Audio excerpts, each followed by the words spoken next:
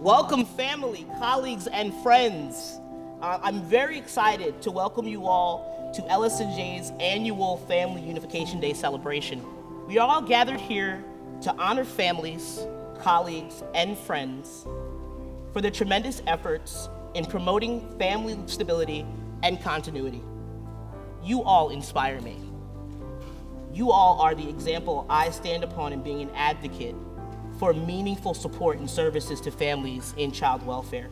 All thanks goes to our parents whose voices amplify as an example that we use to encourage support for families and meaningful changes to policy that better reflect the needs of the communities that we serve. Our families endure the fear, isolation, and loss while also enduring the everyday struggles of parenting and survival. Burdened with layers of deprivation and loss, our parents showed the strength of love and family in the face of adversity. It is their ability to rise above that gives strength for us to continue our work.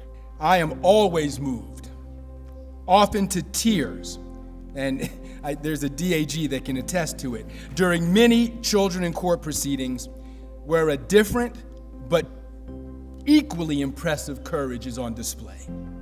In these proceedings, I have the privilege of ordering a child reunified with a parent who came face to face with what had to be their most inconceivable horror, the removal of their child from their custody. But that mom, that dad, as bravely as any combat vet, fought. And now the most precious treasure in their universe is back in their home again. We stakeholders cannot and we will not be satisfied until we are doing everything possible to improve family outcomes. Although the New Jersey child welfare system is considered a model to other states, there is always room for improvement. We can and must always strive to do more because our New Jersey families deserve no less. Children do best when allowed to rest in the love, nurture, and support of a safe and caring family.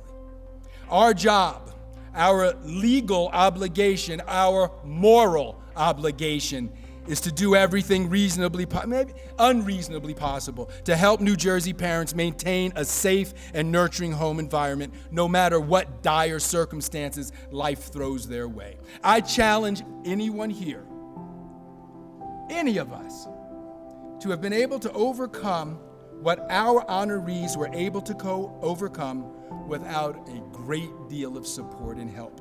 Yet somehow they succeeded through their own strength and determination and the provision of a helping hand. I ask each of us today to recommit to making reunifications less necessary by making removals the last resort. I thank you all. I went through this system myself with my 3 children, which took 5 years to get all 3 of my children back home. When I say there is no stronger person that I know than a parent who makes it through this system. And they said, well, April, you got your kids back, so why are you sitting here fighting that same law like ASPA?